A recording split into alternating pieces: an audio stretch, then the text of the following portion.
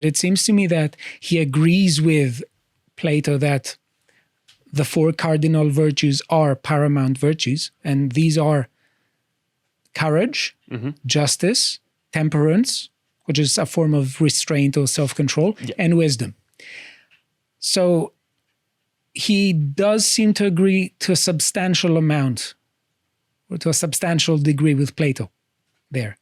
And he would say that there are various virtues that are associated with a practical life. He puts them forward on the Nicomachean Ethics, but he says that there are some that are particular to the intellect, such as theoretical wisdom, which is sort of like contemplation of metaphysical truths, or grasping of metaphysical first principles and of what follows from them. But we also have the virtue of practical reason, and he would say that the virtue of practical reason is practical wisdom. So wisdom for him is the virtue of reason.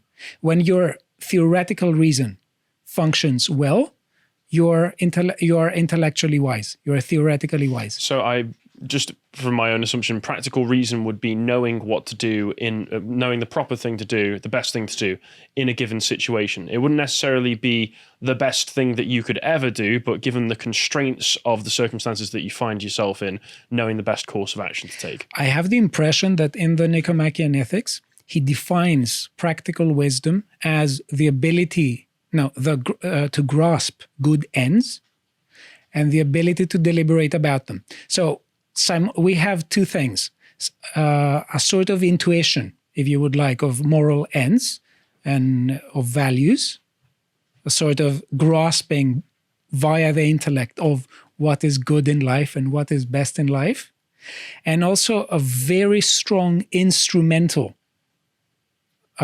capacity for instrumental reasoning, because it's not just, the goal is not just to say that, okay, I know good things and good ends. The goal is to put them in, to achieve them. And he definitely brings this question to bear, the question of practical wisdom, in his idea of what are the tasks of political theory. So he says here that we have a variety of tasks. I'm just going to mention three. One is, what is the absolutely ideal constitution? The other is, what is the best constitution under the circumstances? And the third one is, assuming an imperfect constitution to exist, how can it last longer? So here we see that for him, the good legislator, the lawgiver, and the good statesman need to have an intimate knowledge of constitutions and various things about them.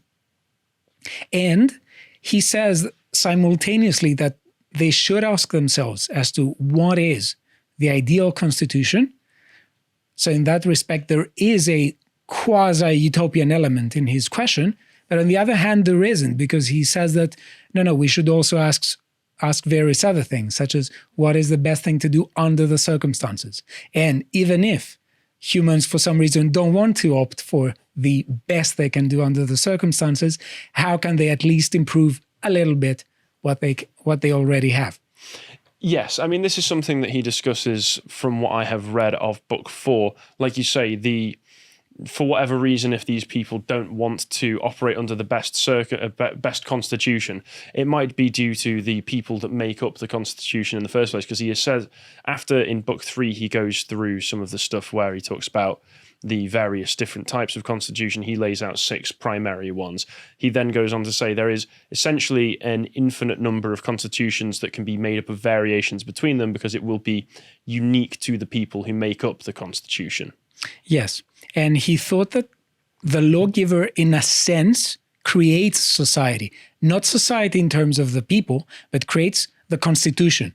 It, in the sense that, for instance, Solon in Athens or Lycurgus in Sparta, Aristotle would say that they're creating the constitution, which is a sort of organization of the body of citizens. We will expand a bit more this as we go along. But one thing to say is that he has a quote here, a small quote, where he says, so the good lawgiver and the genuine statesman will have to bear in mind both the absolutely best constitution and the best under the circumstances. And I think it's very interesting question to ask: why both?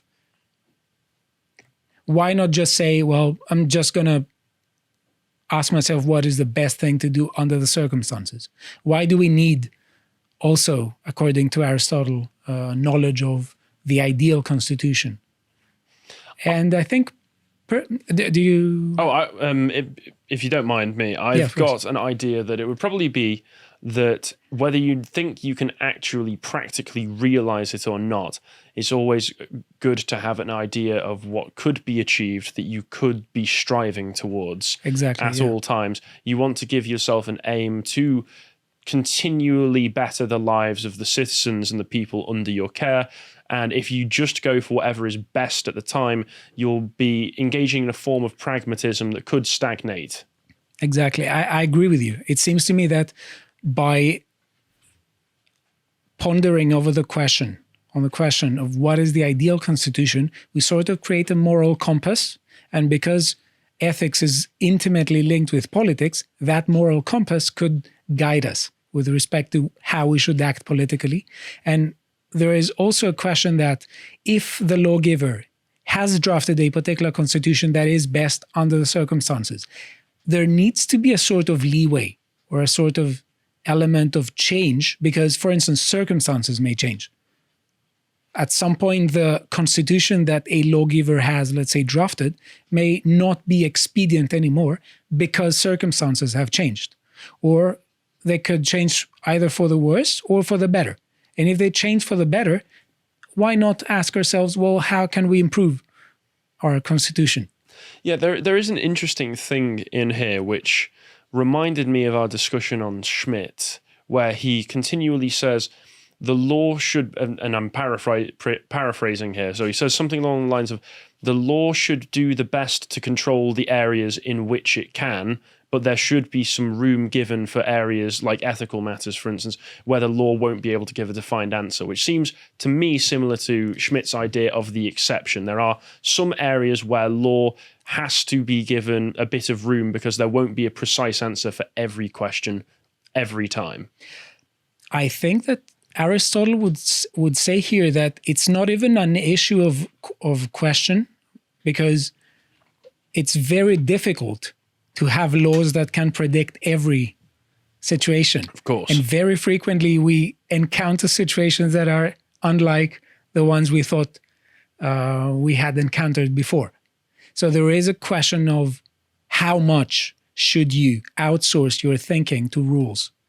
So he thinks, and here is where education is paramount, that on the one hand, we need to have really good laws and we need to have virtuous lawgivers who understand what is the best thing to do under the circumstances and also have a good understanding of how that can change. But also they need to be educated in the virtues and they should cultivate all virtues in order to be able to judge more correctly when the time comes and the law cannot give an answer for the situations that they encounter. So there is a simultaneous focus both on laws and on the more anarchic bit that, what can you do when the laws you have do not give you good answers? Or what can you do when the laws that you have and you can appeal to do not give you the, let's say, proper answers you need to the question that you're facing? And that seems very sensible to me and is still something that I think that places like Eton in the UK, which is expressly set up almost as a place for future leaders of the country to go to, they do still have a bit more of a classical foundation of the classical styles of education where you would learn the logic and mathematics and those kinds of fields, which in public schools, for instance, we don't really get as much. You get a touch of that, but you don't get the classic trivium, for instance. Would Aristotle have been around? No, I won't ask that. But on the... I'm glad you're not asking it. Yeah, just for an example of something that I was thinking towards the idea of the ideal versus the practically achievable would be, for instance, in an ideal society, no one would murder each other. You would not have to deal with murder. Practically, that's impossible, but what can we do to create a society that has as little murder as possible? Yes, and I think that this illustrates brilliantly an issue with idealization, that idealization requires a number of assumptions. So, for instance, he said, if murder was not a thing, okay, there would be many things that would be obsolete in such a society and that we That's probably wouldn't true. care about. And this raises an issue of when we talk about what is ideal, we can sort of imagine a Shire like, let's say, heaven, or something equivalent. Many of the institutions that we advocate now, or that other people, or let's say political opponents advocate, they wouldn't be relevant. But the question is, what should you do if they are relevant? What should you do, for instance, if the world is not ideal and there is a human propensity to violence? That changes the picture immensely. And it seems to me that Aristotle is very much focused on the notion of possibility. I think he phrased the term potentiality, and before that there wasn't a clear understanding of how to express that. I have the impression that he did so in the metaphysics. I may be wrong, but it seems to me that he coined the term potentiality. And this opens the way to talk about the notion of probability. Because and this is really interesting to show on debates about idealization and utopian politics, because we regularly see idealistic and utopian thinkers who focus on the notion of possibility, but don't focus on the notion of probability. So they could say, yes, okay, I am putting forward a utopian establishment. It doesn't have any logical contradiction, so it must be possible, in a sense. Even if you grant this, that in that sense that it is possible, the question is it probable? So every time when I come across people who tell me, well, you haven't shown that, let's say, a utopian experiment is impossible, I'm asking them, that's not the issue. The question is it probable? Because you want me to basically sacrifice my life and give up everything that I have and all my prospects just for an experiment that may be completely improbable. And if it is probable, it may not turn out well. I think that's an excellent way of phrasing it, because that's the immediate problem that everybody who isn't a communist, for instance, can recognize with the idea of the utopian communist vision, is that you go, well, yes, if everybody behaved, if everybody suddenly decided to throw aside a lot of their more human desires and wants, perhaps this could work. But how likely is it that it will work? How probable is it that everybody will behave in such a way that makes it work? So beware of the sophistry, because very frequently when you meet utopian thinkers or people who advocate for utopian ideas, they will try to tell you that your, let's say, arguments are not strong enough to dislodge their belief in utopia. They are not strong enough to show that, for instance, their position is inconsistent. They could be right in this, but that's beside the point. The point is, again, how probable is it? To watch the full video, please become a premium member at lotuseaters.com.